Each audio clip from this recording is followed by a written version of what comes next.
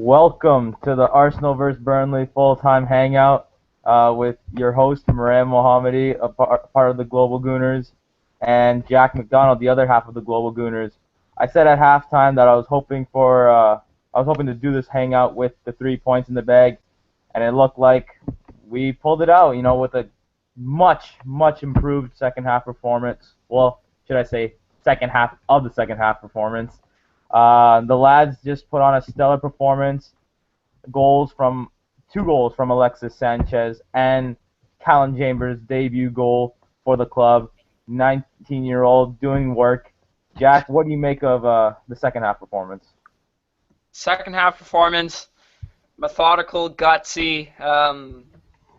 Kind of like it was coming. It was coming. We played pretty well in the first half. Just the goals weren't there, and then finally the goals came in that second half.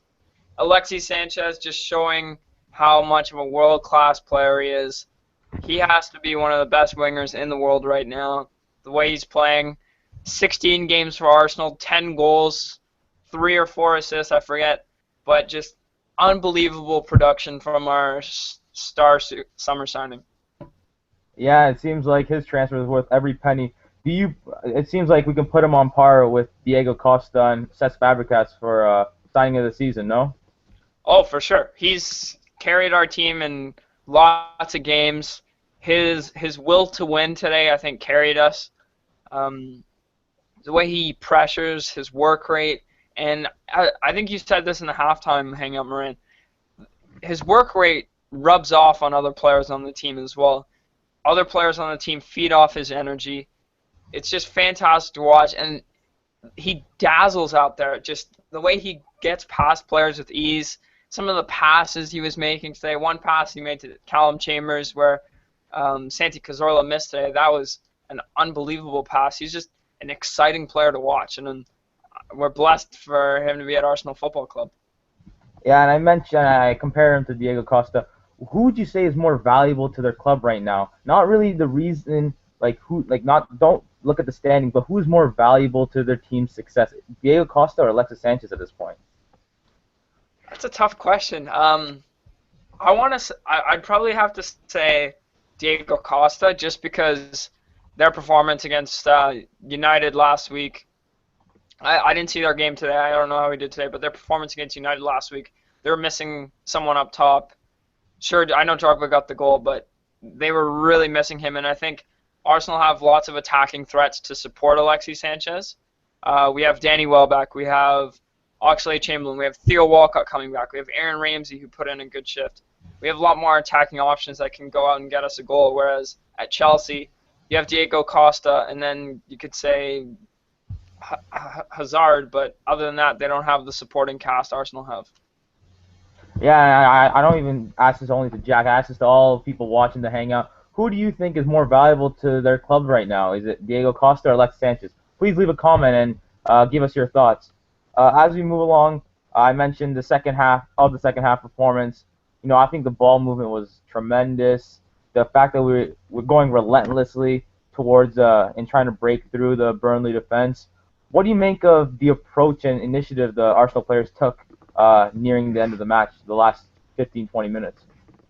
It was good to see. Alexis Sanchez, that was mostly down to Alexis Sanchez. He took the game by the scruff of the neck, and he said, you know what, we're going to get these 3 points, and that's what he did. That header was unbelievable. The athleticism to go up and get that ball and put it back across goal is just unbelievable. The athleticism, the skill, the power, the finesse, it's just all together in Alexis Sanchez. I was impressed with the back four today, especially Monreal. I thought he put in a good shift at the back. Callum Chambers and Gibbs were great wing backs today, great fullbacks. What about you, Moran? Who would you say was that? Obviously, Alexis Sanchez was man of the match, but who would you think was the second best out there? I greatly appreciate you brought him up, Nacho Monreal. I think he was, despite all the criticism he's faced since being pushed to center back, I think he had a good performance today. I think he held his ground. I don't think he limited his mistakes. I thought he was positioned well. I thought he had a much improved performance compared to what he's done so far. I think, I'll put him up there as their second best performer today. However, his his teammate from Malaga, Santi Cazorla, um, he was probably the one player I was really looking for more. What do you think about that? I totally agree. I think he was pretty lackluster today. He could have given us early lead in the first half, could have given us the lead in the second half, but he was a little nonchalant with his finishing today. I think he needs to be better, and it's sad because Ozil's out right now. He's getting the time in his favored central position, and he's really got to take the most out of it, and he hasn't done that so far. Yeah, we saw. I don't know if anyone saw, but last week the Chelsea versus United match, Van Persie in the same spot Cazorla had today. He literally blasted it through the net. Cazorla today, it looked like very composed, like not composed, but casual. He didn't look like he was trying to pass into the net, and really, you got to really blast that into the net. But yeah, I agree with you that he should be taking advantage of his opportunity. A great sight to see today coming off the bench. Theo Walcott, finally his return from his ACL injury. First, what do you think? His first appearance since the Tottenham match back in January. What do you make of what do you see from Walcott today that stood out?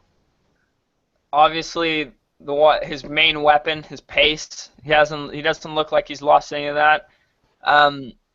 His intent to go to goal always. He's always looking to go to the net, get a goal. Just the poise, the professionalism, everything that Theo Walcott brings to the table. He gives Arsenal a different dimension. And just if we have a front three of Walcott, Welbeck, and Sanchez, that's a front three that defenders are going to fear playing against. And we haven't had a front three like that in a while. Back fours, sometimes last year we'd see Ozil, Cazorla, and Giroud up top.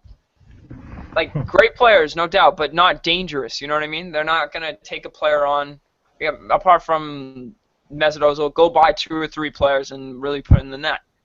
Just the element of danger that our front three possesses. And I have a question for you, Marin. Would you want to see a front four, so you got Danny Welbeck up top, Theo Walcott out wide on the right, Chamberlain on the left, and then Alexis Sanchez in that center attacking mid? Would you like to see that front four, or what are your thoughts on that? Well, it's an interesting perspective. With Ozil out, it's certainly a possibility. Liverpool at this moment, they're trying to play Raheem Sterling through the middle, and he's a tremendous player. So maybe we could. I wouldn't mind seeing Sanchez going through the middle because he's someone that will go at. He's sort of like Jack Wilshere. He's willing to go at defenders, make those penetrating dribbles, and really try to pick out a player. So it's an interesting thought that you came up with, Jack. However, yeah, go ahead. The way he plays naturally, he drifts into the middle a lot. So why not just give him that freedom to roam in the middle?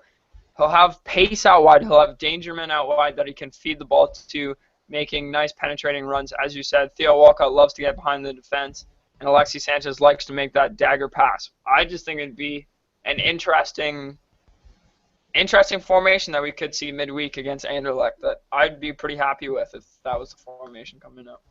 Yeah, and people watching the Hangout, please, what do you make of that thought? Playing Alexis Sanchez as our attacking mid, because Cazorla not playing up to the standards. Maybe we could, try him out there. What do you viewers think about that? So just put in the comments. I'm just saying that just to get Theo a place in the squad with Oxlade-Chamberlain playing pretty well as well. You know what I mean? Of course. Got to open up a spot for him. Yeah, Chamberlain's performance today it's really hard to drop him after today. One more thing, the 19-year-old Callum Chambers puts in a goal and an assist. A lovely cross for the first goal and a clean finish for the second. What do you make of Chambers scoring his first goal today and just his overall performance? I'm going to describe his performance just like Danny Welbeck's, a very complete performance. He showed an array of talents, an array of skills today that made Callum Chambers great. Going forward, fantastic. Decision-making was on point today, but then also defending. He's got that big 6'3", I believe, 6'3" frame. He's got pace. He's got strength. He's got it all, and that's why I think he put in a complete performance today, both on the defensive and offensive side of the ball. it's great to see the young lad getting his first goal. The emotion, you can tell he really loved that one, and hopefully many more to come as well. Yeah, the fact that he's 2 years older than us and he's scoring goals and assisting players like Alexis Sanchez while we're here just in our Canadian homes watching him do that is just, it makes us a little jealous, no? Oh, for sure, for sure. While we're playing in front of like 4 people at our high school, he's playing in front of like 60,000. That's something you got to be jealous of for sure. And we mentioned, all our attacking options today. Danny Welbeck.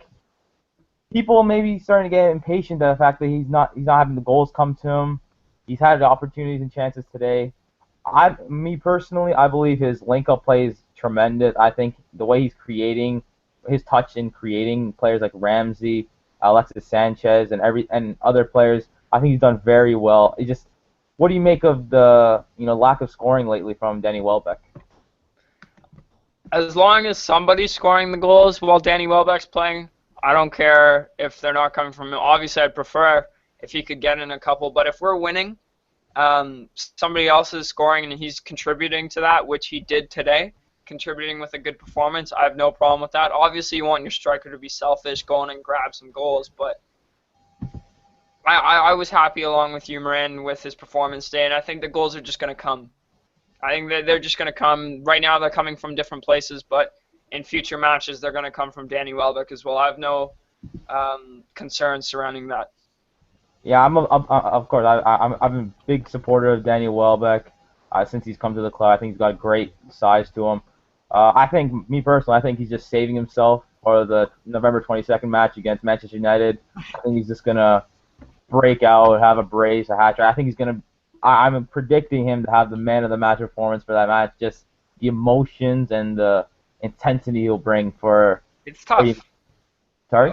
It's tough because we saw. I'm going to use a different sports analogy right now, but LeBron James coming back to Cleveland. Everyone thought he was going to come out and have like a 35, 40-point game. He came out with like nearly double-digit turnovers, and you don't know how Danny Welbeck will handle that situation coming back to his boyhood club. Obviously, they sold him. I think it's either going to go, as you said, extremely, extremely well, or not very well at all. It could go either way, but I think with the confidence he's flourishing right now at the club, the chemistry is developed. I think he should have a great performance coming up against United. But then again, that's still a long time away. Thank you, everyone, for watching. I just got one question for you, Moran. One last question, sorry. Do you stick with the Flamini Arteta, or do you go back with? Do you put Aaron Ramsey back in that box-to-box role alongside Arteta and maybe drop Flamini? Just one last thing there. You would be hard pressed to find anyone that would want to continue with Arteta Flamini right now. It's not to stick to any of those two players, but they are past their prime, and really when we're trying to get 3 points every match, the conservative approach of Arteta Flamini combined with their age and slow pace, it's just not what we need right now. We need players like Aaron Ramsey, Jack Wilshere are willing to go forward and press up on the opposing defense. So no, I really don't want to see Arteta and Flamini on the pitch at the same time. What do you think? I want to see Aaron Ramsey come back. I think with more minutes under his belt, the more consistency he'll get. It's just the consistency with Aaron Ramsey this season. It's been all over the place, and he just needs to improve on that. Once he does, I want to see that Arteta-Ramsey partnership that's been so good in the previous years. As hope for the best as well. Thank you, everyone who watched the Arsenal vs. Burnley full-time hangout. Just happy we got the 3 points. It could have went differently if we didn't get the 3 points. So much appreciate everyone who's watched. Again, we asked 2 questions in this show.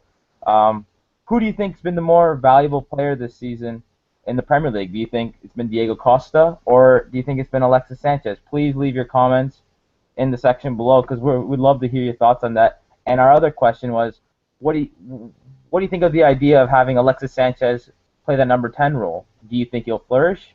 Do you think he'd ruin other players? Give us your thoughts.